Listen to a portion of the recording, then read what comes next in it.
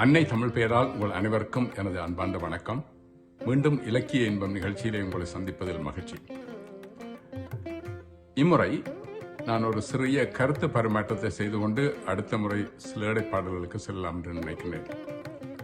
கடந்த நிகழ்ச்சியின் போது முனைவர் எஸ்தர் பிரதிபா அவர்களும் அனு அவர்களும் சிலப்பதிகாரத்திலே மாதவியினுடைய நடனத்தை பற்றி குறிப்பிட்டார்கள்.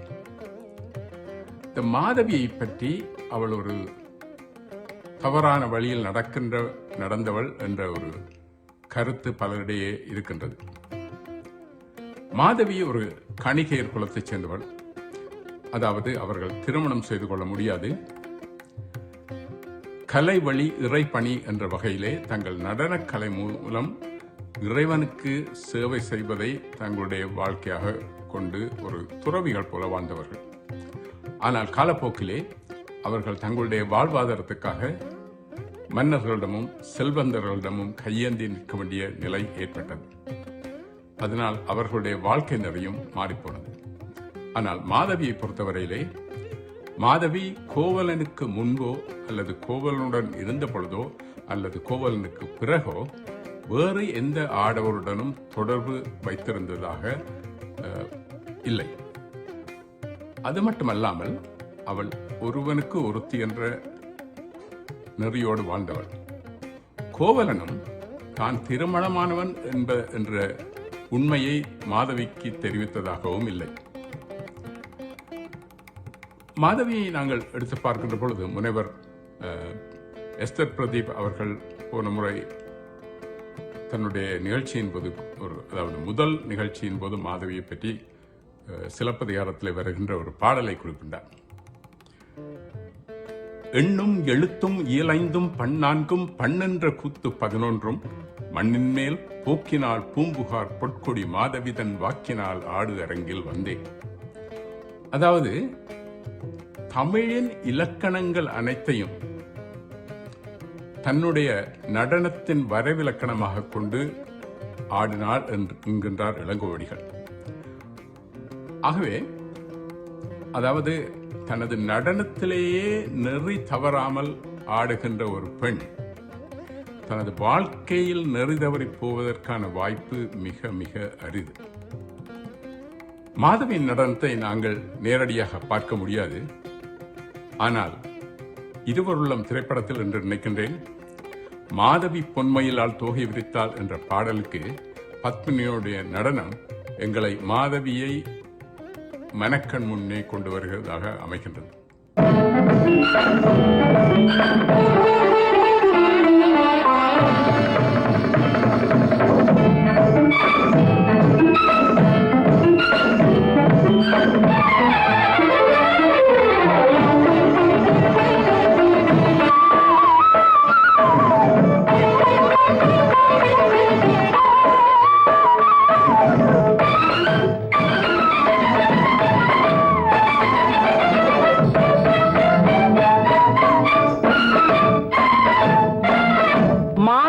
பொன்மயிலாள் தோகை விரித்தாள் வண்ண மையிட்ட கண் மலர்ந்து தூது விடுத்தாள்.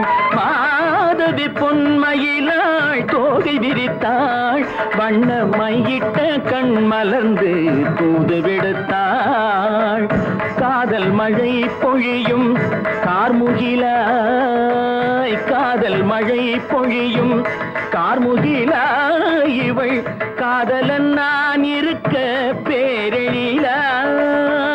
காதல் மழை பொழியும் கார்முகிலாய் இவள் காதலன் நான் இருக்க பேரெழிலாய். இங்கே மாதவி பொன்மயிலாள் தோகை விரித்தாள் வண்ண மையிட்ட கண் மலர்ந்து தூது விடுத்தாள்.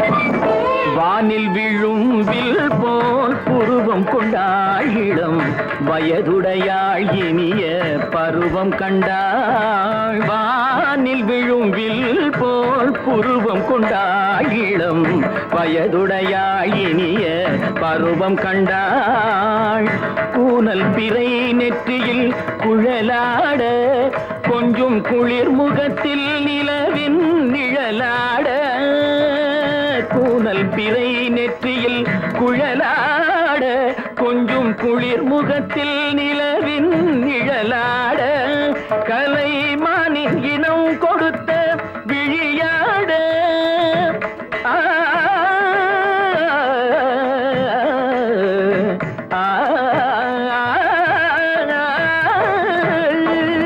மானின் இனம் கொடுத்த விழியாட அந்த விழி வழி ஆசைகள் வழிந்தோட நல்ல மாதவி பொன்மயிலாள் தோகை விரித்தாள் வண்ண மையிட்ட கண் மலர்ந்து தூது விடுத்தாள்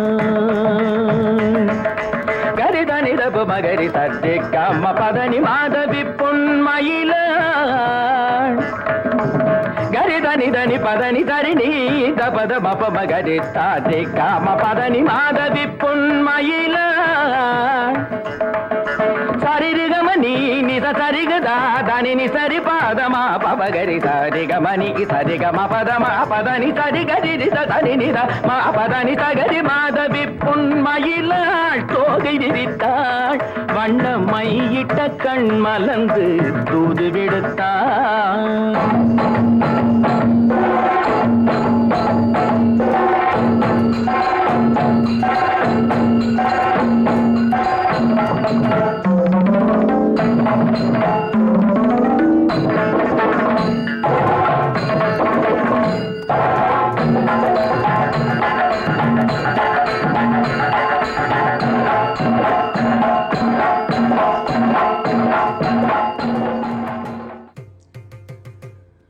அதைவிட நாங்கள் சிலப்பதிகாரத்தை எடுத்துக்கொண்டால்